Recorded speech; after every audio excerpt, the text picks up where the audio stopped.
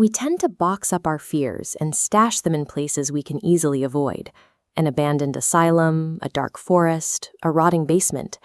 As long as the terror stays locked within those specific, isolated walls, we can go about our daily routines feeling perfectly safe. This was the exact mindset of a group of teenagers attending an elite private school. The building itself was objectively terrifying. Before it was converted into classrooms, it operated as a hospital for the sick, and local lore claimed that tuberculosis victims were disposed of in an underground tunnel connecting the buildings.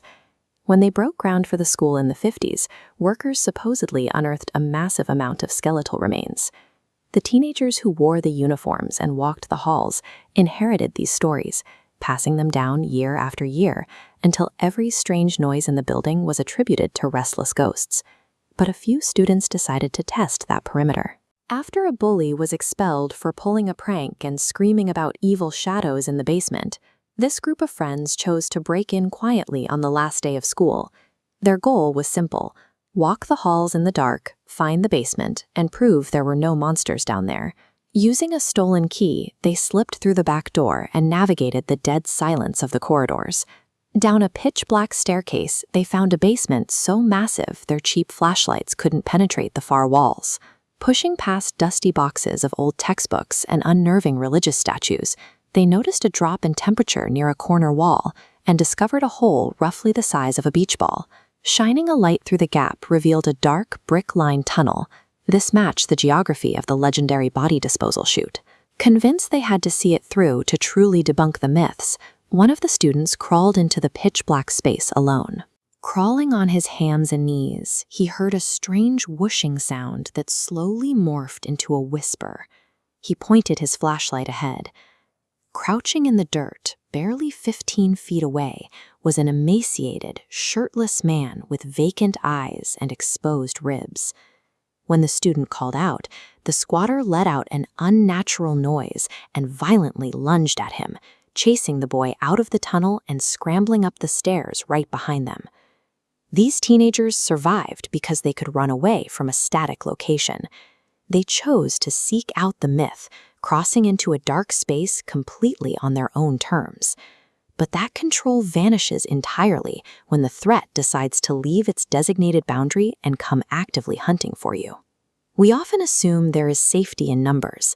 A loud, crowded space feels like a fortress against anything malicious. This is the exact assumption a college student named Kip made while attending a massive end-of-the-year blowout at a friend's sprawling estate. Since the host's parents were out of town and the house sat in the middle of nowhere, uninvited guests quickly flooded the property.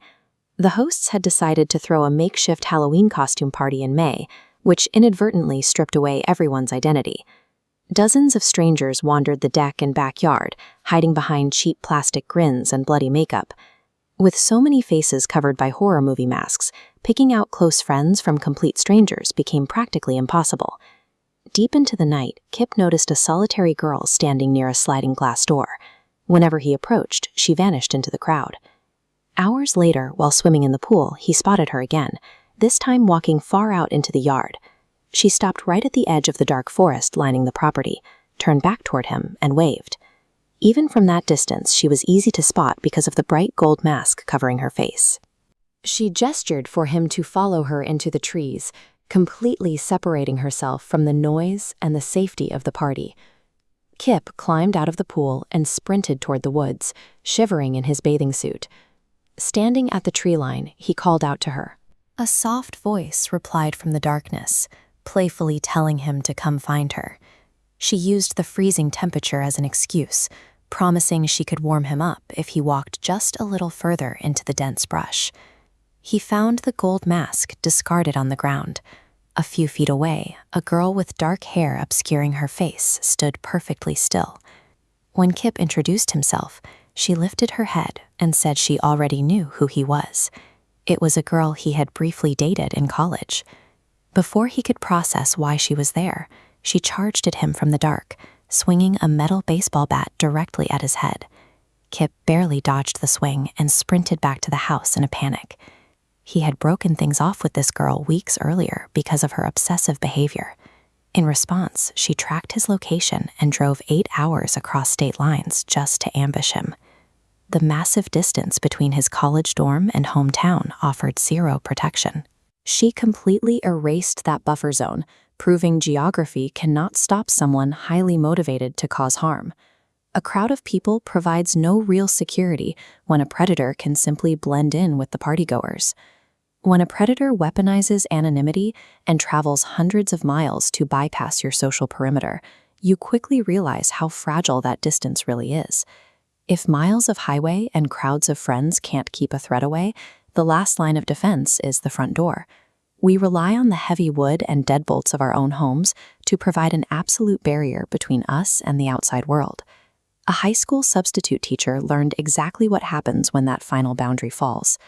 On the very last day of school, after the halls had cleared out, she returned to her classroom to grab her belongings. Standing quietly next to her desk was one of her senior students, a brilliant but reserved kid named Ben. When she asked what he was doing, he simply shrugged, muttered that he'd see her around, and walked out. Immediately, she noticed her purse had been moved from her drawer to a chair. Nothing was stolen, not even her cash, but her license was exposed, giving Ben direct access to her home address. A few nights later, the teacher and her husband were sitting by a fire in their backyard. They heard rustling near the property edge. Her husband went to investigate and found the door to their storage shed slightly open, with faint, muddy footprints tracked across the ground outside. They brushed it off as a loose door and went to sleep. But the very next morning, the teacher walked into her kitchen and found the home's back door sitting completely unlocked and pushed slightly ajar. The exterior perimeter had failed. Later that night, while her husband was sleeping, the teacher felt a sudden spike of anxiety. Unable to settle down, she quietly climbed out of bed and crept out of her room to read in the living room.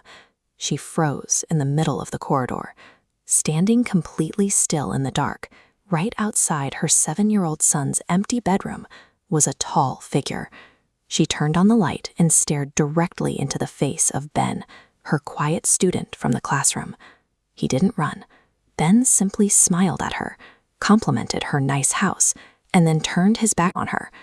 Gripping an unidentified object in his hand, he walked straight into her child's bedroom and calmly shut the door behind him.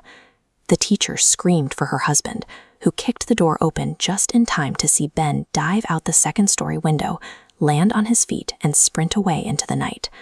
When the police finally arrived at the student's house, his parents swore he had been asleep in his bed for hours. Because he had an alibi, law enforcement claimed there was nothing they could do. The most terrifying things in this world do not wait for us in the dark corners of forgotten asylums. They do not need to be summoned or searched for.